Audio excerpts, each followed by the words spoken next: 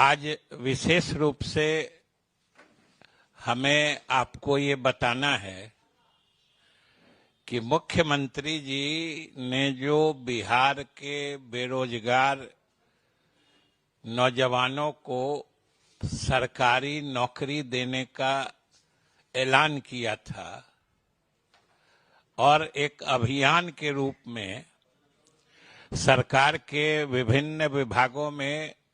नियुक्तियां की जा रही हैं, उसी क्रम में अभी ही थोड़ी देर पहले संवाद भवन में 6,341 कनीय अभियंताओं को नियुक्ति पत्र दिया गया है। साथ ही जो श्रम संसाधन विभाग है उसमें भी लगभग 600 से ऊपर अनुदेशकों की नियुक्ति पत्र दिया गया है। मतलब दोनों को अगर जोड़ दीजिए तो लगभग 7,000 बेरोजगार और बेरोजगार के साथ साथ जैसा कि हमने कहा कि 6341 तो कनीय अभियंता हैं, यानी वो लोग स्किल्ड भी हैं, मतलब उनमें कौशल भी है, वो डिप्लोमा किए हुए हैं। और ये इसका उद्धरण मैं इसलिए खास तौर से कर रहा हूं कि ये नियुक्ति सरकार के अथक प्रयास के कारण संभव हो पाई है, क्योंकि इन नियुक्तियों के संबंध में विज्ञप्ति या विज्ञापन कहिए 2019 में ही निकला था और लगभग जो आप देख रहे हैं कि 5-6 वर्षों से अधिक से ये नियुक्तियां जो विधिक गतिरोध था उसके कारण रुकी पड़ी हुई थी। और चूंकि कनीय अभियंता चाहे किसी विभाग से संबंधित हो, उनके नियुक्ति का प्राधिकार या नियुक्ति के संबंध में निर्णय लेने का नोडल डिपार्टमेंट जो होता है वो जल संसाधन विभाग ही है, जिसका प्रभार मुख्यमंत्री जी ने मुझे दे रखा है। इसलिए मैं इस पूरे मामले से पूरी तरह अवगत हूं कि किस तरीके से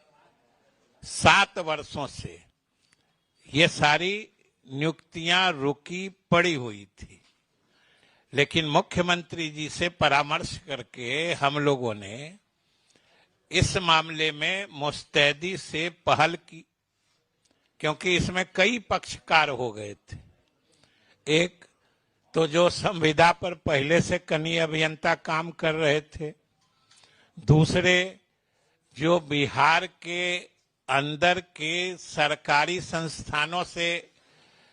डिप्लोमा प्राप्त करने वाले अभ्यर्थी थे, तीसरे जो बिहार के अंदर जो गैर सरकारी लेकिन एफिलिएटेड, जो यूनिवर्सिटी से एफिलिएटेड थे,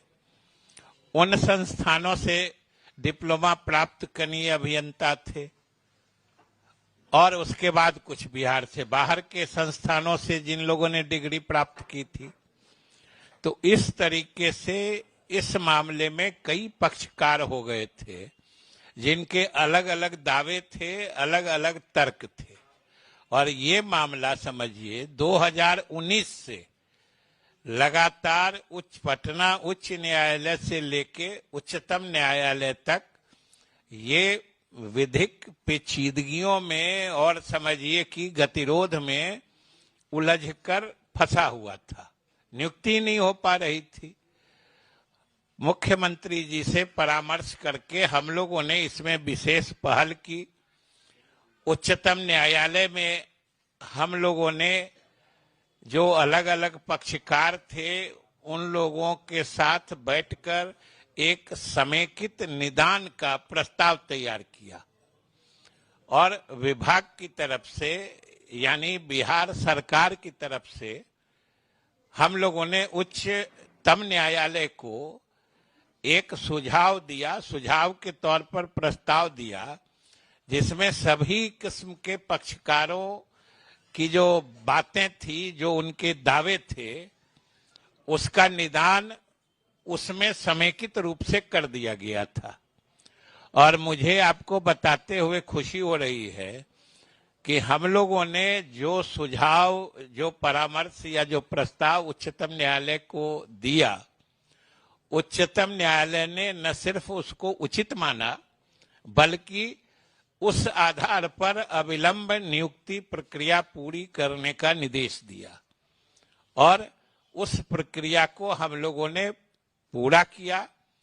और बिहार राज्य तकनीकी सेवा आयोग परीक्षा फल प्रकाशित कर चुका है। और आज 6341 कनीय अभियंता जो अलग अलग विभागों में अलग अलग संख्या में जा रहे हैं, सबसे अधिक तो जल संसाधन विभाग का है, फिर योजना एवं विकास विभाग का है, फिर कुछ लोक स्वास्थ्य अभियंत्रण का है, नगर विकास का, इस तरीके से अलग अलग विभागों को इन 6341 कनीय अभियंताओं में फिर वितरित किया जाएगा। तो इसलिए आज ये बिहार सरकार की बड़ी उपलब्धि है। और मुख्यमंत्री जी ने जो वादा किया है, वो अभी तो अपने प्रगति यात्रा के क्रम में अलग अलग जिला में हमेशा बताते रहते हैं कि उन्होंने कहा था कि हम लोग 10 लाख सरकारी नौकरी देंगे नौजवानों को। 10 लाख में से 9 लाख से अधिक 1-1.5 महीना पहले हो चुका था, और समझिए 7,000 अभी हुआ है, आज हुआ है। इस तरीके से जो बढ़ता जा रहा है, जो मुख्यमंत्री जी कहते हैं कि अब चुनाव से पहले जो हमने 10 लाख नौकरी का वादा किया था, सरकारी नौकरी का, चुनाव से पहले लगभग 12 लाख नवयुवकों को हम सरकारी नौकरी देने की योजना बना चुके। तो ये सरकार की बड़ी उपलब्धि है और बिहार के बेरोजगार नौजवानों को बड़ा तोहफा है। खास तौर से समझिए कि जो पिछले परीक्षा दे के 6-7 वर्षों से हाई कोर्ट, सुप्रीम कोर्ट में दौर बेचारे लगा रहे थे, ये बड़ी राहत भरी खबर है। इसलिए हमने सोचा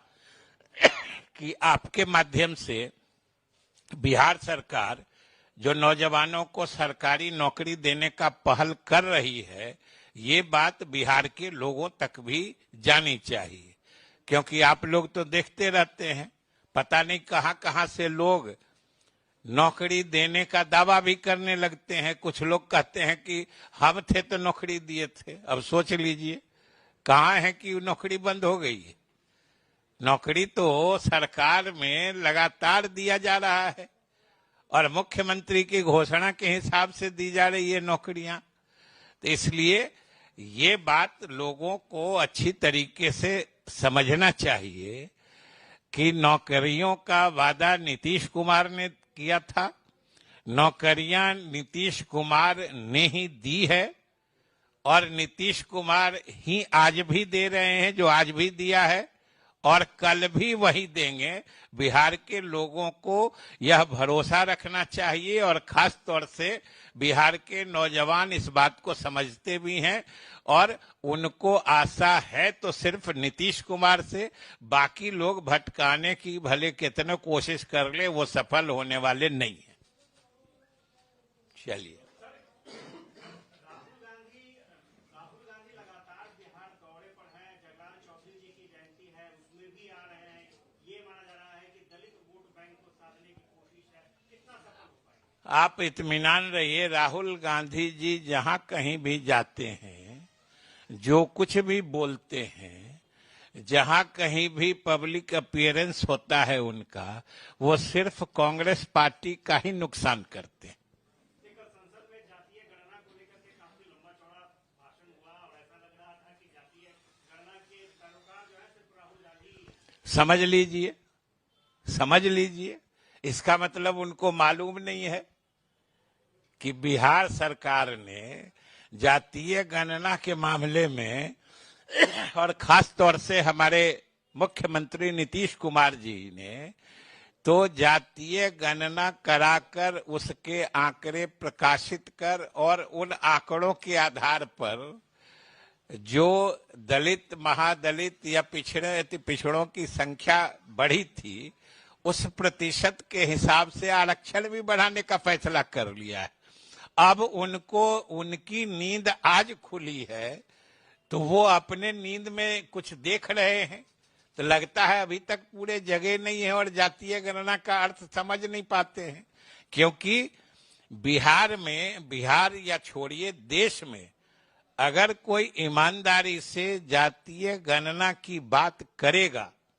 या जातीय गणना की बात करने में वो गंभीर है, जिम्मेदारी से बात कर रहा है, तो वो सिर्फ नीतीश कुमार का नाम उसको लेना पड़ेगा। और अगर नहीं लेता है,